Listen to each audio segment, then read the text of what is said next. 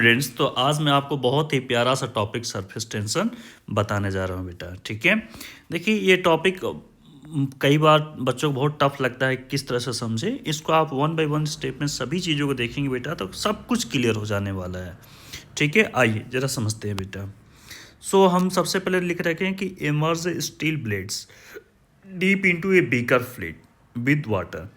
किसी बीकर में अगर पानी रखा गया है, कोई बीकर है सपोज, और इसमें वाटर फिल्ड किया गया है। ठीक है बेटा, और इसमें हमको क्या करना है, एक ब्लेड को ऐसे हमने डिप करा देना है। तो ये तो डिप कर जाएगा, लेकिन अगर मैं इसी ब्लेड को यहाँ पर देखिए, remove the same blade and keeping it horizontal and gently released it onto the surface.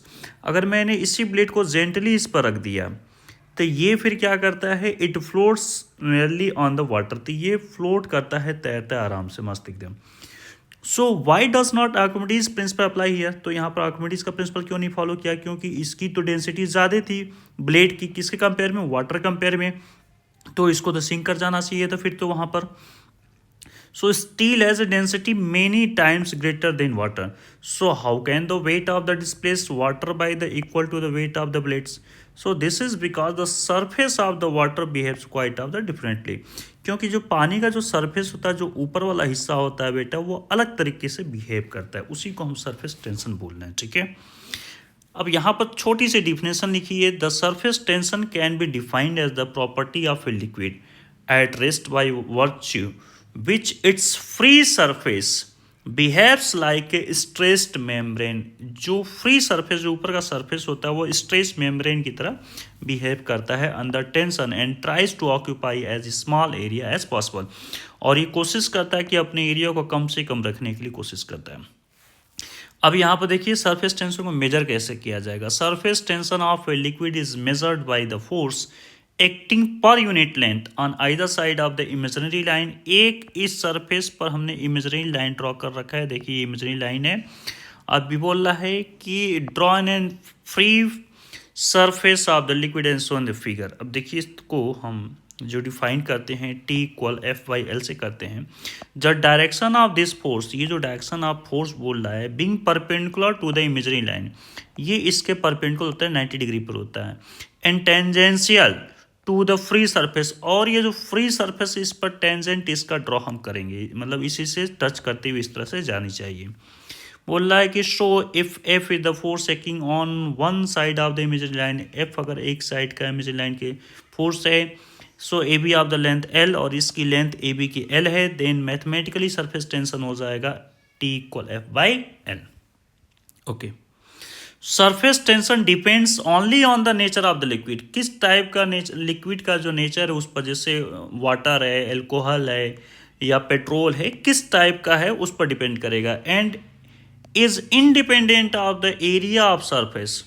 Area of surface पर वो इंडिपेंडेंट है, उस पर नहीं डिपेंड करता है बेटा। Are length of the line consider, it is the scalar. दूसरी बात कि ये एक स्केलर क्वांटिटी है, as it has a unique direction which is not be specified. ठीक है, तो अब इसका थोड़ा एक्सप्लेनेशन समझते हैं बेटा, क्योंकि सरफेस टेंशन को कई बार बच्चों को समझने में मैंने देखा है कि प्रॉब्लम फेस करते हुए। ठीक है, तो आइए इसके एक्सप्लेनेशन को समझते हैं। Laplace explain the phenomena of the surface tension on the basis of intermolecular force. देखिए सरफेस के जो पार्टिकल हैं, माफ कीजिएगा सरफेस के पार्टिकल बोल रहा हूँ आपको, जो पानी के जो पार्टिकल है ना, इनके बीच में H2O है, कौन सा फोर्स काम कर रहा है, इंटरमोलिकुलर फोर्स काम करता है। ठीक है, आगे बढ़ते हैं। We know that if the distance between the two molecules is less than the molecular range, C equal 10⁻⁹ metre बोल लीजिए, अगर इससे कम है, then they attract each other, तो ये एक दूसरे को अट्रैक्ट करते हैं। But if the distance is more than, अगर इस डिस्टेंस को बढ़ा लिया, एक यहाँ पार्टिकल एक यहाँ पार्टिकल है, ठीक है, मैंने इसको बढ़ा लिया, अगर मैं बढ़ा लेता हूँ बेटा, तो ये बोल क्या रहा है कि but if the distance is more then this range the attraction becomes negligible, तो अट्रैक्शन कम हो जाता है। आइए आगे बढ़ते हैं। अब हमसे क्या बोल रहा है कि therefore if we draw a sphere of radius C with a molecule as centre, ठीक है, then only those molecules which are enclosed within this sphere can attract or be attracted by the molecules at the center of the sphere and this is called the sphere of the molecular activity। इसका sense ये हो गया बेटा कि अगर मेरे पास एक कोई पार्टिकल ऐसा है, दूसरा इसके पास पास वाले जो पार्टिकल हैं यही इसको अट्रैक्ट कर रहे हैं, ठीक है। अब इसके दूर वाले नहीं कर पाएंगे। आगे कहानी को हम कंटिन्यू करते हैं। Okay, in order to understand the tension, अगर आप इसको टेंशन को समझना चाहते हैं, okay, exciting the free surface of the liquid, let us consider 4 liquid molecules like A B C D along with their sphere. तो यहाँ पर आप देख रहे होंगे ए बी सी डी, ये 4 आपको दिखाई दे रहे होंगे बेटा, है ना। और इन चारों को ही हेल्प से हम चीज़ों को थोड़ा समझते हैं। देखिए ए वाला जो पार्ट है वो ये जो लिक्विड सरफेस है ऊपर का, इसके जस्ट ये ऊपर ही है, और बी थोड़ा सा इसके नीचे है, एक्स वाई एक इमेजिनरी लाइन ड्रॉ कर दिया गया है, और सी थोड़ा और नीचे हो गया, डी सबसे नीचे है। इन चारों के में क्या कुछ चीज़ें बातें हो रही हैं। सबसे पहले हम डी पर बात कर रहे हैं। The molecule D is well inside the liquid and so it is the attracted equally in all direction. अगर मैं डी के बारे में बात करूं बेटा, अच्छे से देखिएगा, तो मेरे पास डी यहाँ है, इसके यहाँ भी एक लिक्विड है, यहाँ भी है मॉलिक्यूल, यहाँ भी है, ये सभी वाटर के मॉलिक्यूल है, इसके चारों तरफ मॉलिक्यूल होंगे, इसमें कोई शक नहीं होना चाहिए। अब ये अपनी तरफ फोर्स लगा रहा है, ये अपनी तरफ फोर्स लगा रहा है, ये अपनी तरफ फोर्स लगा रहा है, ये अपनी तरफ फोर्स लगा रहा है, सब के सब अट्रैक्ट कर रहे हैं, लेकिन सभी डायरेक्शन में अट्रैक्शन है, इसलिए इस पर नेट फोर्स कितना हो जाने वाला है, 0। तो बहुत ही कॉमन सेंस की बात है कि जो डी है, जो इनसाइड है, उस पर जो नेट फोर्स बनेगा वो कितना बनेगा आपका, 0 बनेगा बेटा, ठीक है। तो बोला equally all the direction, hence the resultant force acting on the molecule D is 0, इसलिए इस पर 0 हो गया। The sphere of the molecule C is just below the liquid surface and the resultant force on it also 0, और ये भी लगभग 0 होगा, जस्ट नीचे है तो भी बोल रहा है। The molecules be which is a little below the liquid surface has its sphere of the molecular activity partially outside the liquid, थोड़ा सा ऊपर हम उसको समझ लीजिए, जो उसका पार्टिकल्स का है हिस्सा। thus the number of liquid molecules in upper half, okay, attracting downward, hence the molecule B experience a resultant downward force, okay। अब मैं A के बारे में थोड़ा सा एक्सप्लेन करूंगा आपको। the molecule A is at the surface of the liquid so that its sphere of the molecular activity is half outside the liquid and half inside, so it experiences a maximum downward force। ऐसा क्यों हुआ इसके बारे में थोड़ा समझ लेते हैं। सपोज मेरे पास ये कोई एक पार्टिकल है, और ये यहाँ है, एक यहाँ पार्टिकल, एक यहाँ, एक यहाँ, एक यहाँ, ऊपर में कोई पार्टिकल नहीं है, ऐसा समझिए, ठीक है। तो ये इसको इधर अटैक कर रहा है, ये इसको इधर, ये नीचे कर रहा है, ये इधर कर रहा है, ये इधर कर रहा है, ऊपर में कुछ नहीं है, तो इसका जो नेट आएगा वो हमेशा किस डायरेक्शन में आएगा, वो तो डाउनवर्ड डायरेक्शन में आएगा, और इस बार इसका 0 नहीं होने वाला है बेटा, ठीक है। तो बोल रहा है कि so it experiences maximum downward force, इसलिए मैक्सिमम डाउनवर्ड फोर्स एक्सपीरियंस करेगा। Hence all the molecules situated between the surface and the plane xy distance c below the surface experience a resultant downward cohesive force। किसको बोलते हैं, अब ये एक word आ गया cohesive. देखिए, एक एडेसिव होता है, एक कोहेसिव होता है। अगर मेरे पास ये भी पानी का पार्टिकल, ये भी पानी का पार्टिकल, दोनों ही वाटर के ड्रॉपलेट है, दोनों को पास लाएंगे तो एक दूसरे को अट्रैक्ट करेंगे, खींच लेंगे। तो सेम टाइप का अगर मेटल है मेरे पास, तो वहाँ जो फोर्स लगता है उसको हम बोलते हैं कोहेसिव फोर्स। उसको क्या बोलते हैं, कोहेसिव फोर्स बोलते हैं बेटा। लेकिन अगर आप देखे होंगे बहुत सारी गर्ल्स जो होती हैं बेटा, वो क्या करती हैं, लिपस्टिक का यूज़ करती हैं। वो तो लिप पर किया जाता है, तो लिप एक अलग आपका हो गया पार्टिकल, मटेरियल जो भी बोल लें, और ये जो लिपस्टिक आप यूज़ करें वो अलग हो गया। तो दोनों डिफरेंट है। जब ये दोनों ही डिफरेंट है तो यहाँ जो फोर्स यूज होता है वो यूज होता है बेटा एडेसिव फोर्स। ऐसे ही आप देखे होंगे कि 2 पेपर है, 2 पेपर को हमको चिपकाना है, तो गम के थ्रू चिपकाते हैं। तो जो गम है ना, ये क्या है बेटा, ये एडेसिव फोर्स के अंदर आएगा। क्यों एडेसिव फोर्स के अंदर आएगा, क्योंकि ये अलग, पेपर अलग है और ये गम अलग है, और इन दोनों पर ये फोर्स काम कर रहा है। आई होप कि ये सारी बातें क्लियर हो गई होगी। तो पानी के मॉलिक्यूल्स के अंदर कौन सा फोर्स, कोहेसिव फोर्स। अब जरा गौर से देखिए बेटा, when the surface area of the liquid is increased, अगर सरफेस एरिया बढ़ जाएगा, the molecules from the interior of the liquid rises to the surface, तो वो कहाँ आना स्टार्ट कर देंगे, ऊपर आना स्टार्ट कर देंगे। ऐसा क्यों हो रहा है इसको भी थोड़ा समझ लेते हैं। अगर पहला सरफेस एरिया इतना ही था, अभी सरफेस एरिया बढ़ के इतना हो गया है ना, इतना होगा, ये पूरा बढ़ गया है यहाँ तक, समझ लीजिए, ऐसा समझ लीजिए, ठीक है। तो जो अंदर के हैं उनको जगह मिल गया, वो कहाँ चले गए, ऊपर चले गए, ठीक है। वो कहाँ चले गए, ऊपर चले गए। अच्छे से देखिएगा, when the surface area of the liquid is increase, अगर मैंने लिक्विड के सरफेस एरिया को इंक्रीज करा दिया तो क्या बोला कि the molecules from the interior of the liquid rises to the surface. इसका सबसे अच्छा एग्जांपल आप ये भी समझ सकते हैं बेटा, आप घर पर क्या करते हैं कि पानी रखते हैं, ठीक है, और नीचे आपने फ्लेम जला दिया, आग ऐसे लगा दिया। अब जैसे ही आग लगाते हैं आप एक चीज़ का गौर करते हैं कि जो नीचे वाले पार्टिकल्स में तुरंत राइज करना शुरू कर देते हैं, ऊपर उठना शुरू कर देते हैं, ठीक है। क्योंकि इस समय जैसे ही आप हीट करते हैं, टेम्परेचर राइज करते हैं, तो उसका जो टेंशन है वो कम हो जाता है बेसिकली, ठीक है। तो हम ऐसा एज्यूम करके चलते हैं कि सरफेस एरिया जैसे ही इंक्रीज करा रहे हैं, जो अंदर के लिक्विड्स हैं वो क्या कर रहे हैं, ऊपर आ रहे हैं। As this molecules reach near the surface, work is done against the cohesive force. अब देखिए कोहेसिव फोर्स लग रहा था, दो पार्टिकल्स के बीच में कौन सा फोर्स था, ये जो आपके पार्टिकल्स से कोहेसिव फोर्स लग रहा था, अब ये कोहेसिव फोर्स को ब्रेक करते हुए ऊपर गया है। So this work is store in the molecule, तो ये वर्क इस मॉलिक्यूल में स्टोर हो गया in the form of potential energy. और किसके फॉर्म में स्टोर होगा बेटा, पोटेंशियल एनर्जी के फॉर्मेट में स्टोर हो जाएगा। आई होप कि ये कहानी क्लियर होगी।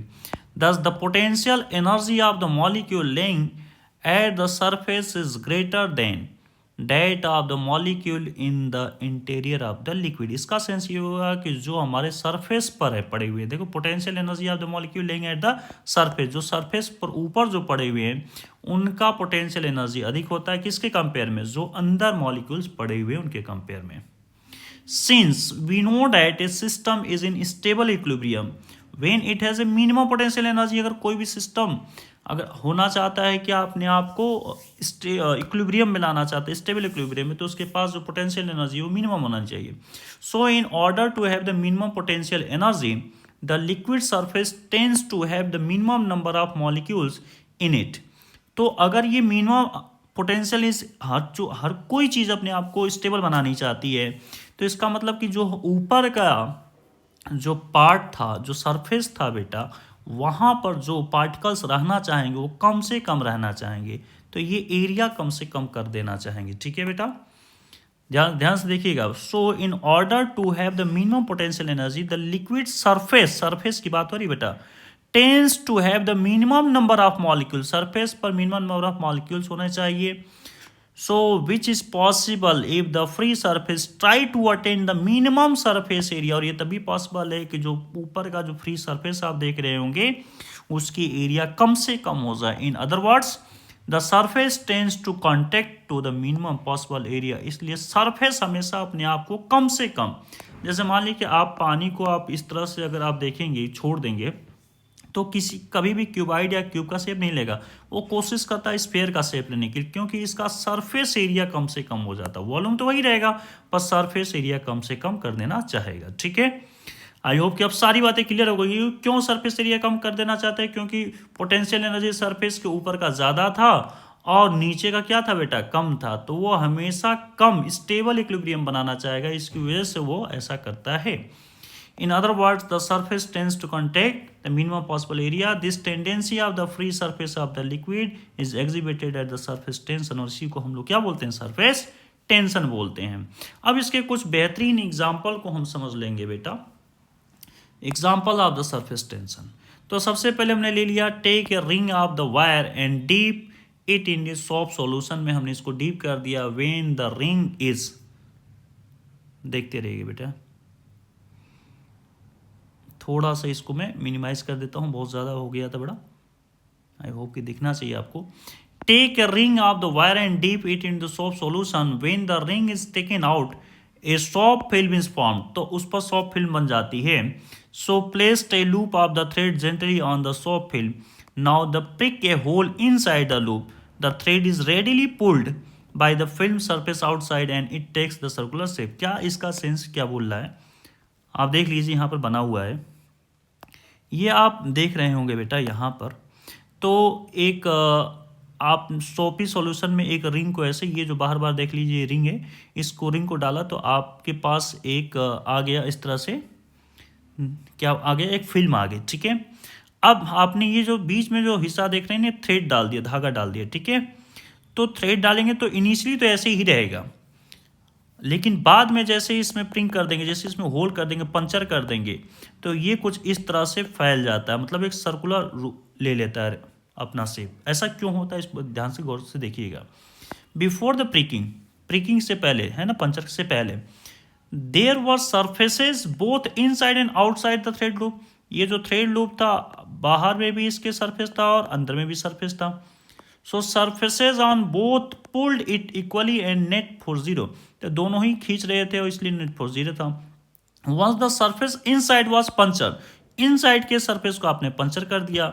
सो outside surface pulled the thread, तो बाहर का जो सरफेस वो पुल करना शुरू कर देगा, and take the circular shape so that the area outside the loop becomes medium, क्योंकि अपने एरिया को कम करना चाहेगा तो 100% सर्कुलर लूप बनाएगा उसको, ठीक है। इसी तरह से एक और एग्जांपल को थोड़ा समझ लीजिए। So needle supported on water surface, किस पर, वाटर सरफेस पर हम नीडल को सपोर्ट करा सकते हैं, रख सकते हैं। ऐसा कैसे कर सकते हैं, देखिए जरा। So take a grease needle of steel on a piece of blotting paper, वो जो कार्बन टाइप का पेपर होता है ना, उस टाइप के पेपर की बात कर रहा है, and place is gently over the water surfaces. So floating paper shocks water and soon sink, तो फ्लोटिंग जो पेपर है वो सोक करेगा वाटर को और वो सिंक डूब जाएगा। But the needle keeps floating, लेकिन नीडल क्या करती है कि तैरती रहेगी। The floating needles causes a little depression, तो जब भी तैरेगी थोड़ा सा डिप्रेस करेगी, थोड़ा सा दबाएगी। The forces F and F due to the surface tension of the curved surface are incline, थोड़ा सा इंक्लाइन झुका देगा। The vertical component of this two forces support the weight, देखिए एम जी तो वेट है, नीचे की तरफ काम करेगा, और यहाँ पर थीटा एंगल आप ले लीजिए बेटा, तो ये यहाँ पर जो बनेगा फोर्स, ये फोर्स बनता है टी इंटू एल। अभी टी इंटू एल का इस साइड जो कंपोनेंट आप देख पा रहे होंगे, ये क्या दिखाई देगा, ये दिखाई देगा टी एल साइन थीटा, दोनों का टी एल साइन थीटा, तो 2 TL साइन थीटा आपको दिख रहा होगा, और ये बैलेंस करेगा डब्ल्यू को। आई होप कि ये सारी कहानी क्लियर होगी। देखिए यहाँ पर लिख रखे है ना, ये एफ है, तो ये टी एल हो गया और ये थीटा हो गया, तो यहाँ पर जो बन रहा है वो क्या बन रहा है, टी एल साइन थीटा बन रहा है, तो 2 TL sine theta M G के इक्वल हो गया। अब लास्ट फाइनल है, the surface tension of the particular liquid usually decreases as temperature, जैसे जैसे टेम्परेचर बढ़ाएंगे तो सरफेस टेंशन हमेशा क्या होता है, कम होता है, घटता है, ठीक है। बोल रहा है टू वॉश क्लोथिंग ट्रोली, अगर आपको कपड़े को वॉश करना है, so water must be force through the tiny spaces between the fibre. देखिए कपड़ा तो फाइबर वगैरह से बनता है, तो ये जो फाइबर के जो रेसेस आप देख रहे हैं ना, इनके बीच में कौन चला जाता है, वो जो वाटर के पार्टिकल्स हैं इनके बीच में ऐसे ऐसे चले जाते हैं, ठीक है बेटा, ऐसे ऐसे चले गए। अब सरफेस टेंशन की वजह से अपने ये सरफेस एरिया को मिनिमाइज कर देना चाहेगा, ठीक है। अब जरा गौर से देखिएगा, तो यहाँ पर क्या बोल रहा है, through water must be force through the tiny spaces between the fibre, this requires increases the surface area, लेकिन अब हमको क्या उसको साफ करने के लिए सरफेस एरिया को इंक्रीज कराना होगा। So which is difficult to because of surface tension, लेकिन सरफेस टेंशन की वजह से ये हमारे लिए बहुत डिफिकल्ट है। Hence the hot water and soapy water is better for washing, इसलिए जब गर्म पानी कर दिया जाता है या सोपी पानी होता है तो वो सरफेस टेंशन को कम कर देता है, और इस तरह से हमारा काम हो जाता है, कपड़े हमारे साफ हो जाते हैं। आई होप कि ये सारी कहानी आपको समझ आई होगी बेटा। अगर आपको समझ आई होगी, अच्छा लगा होगा, तो प्लीज़ वीडियो को लाइक सब्सक्राइब करें।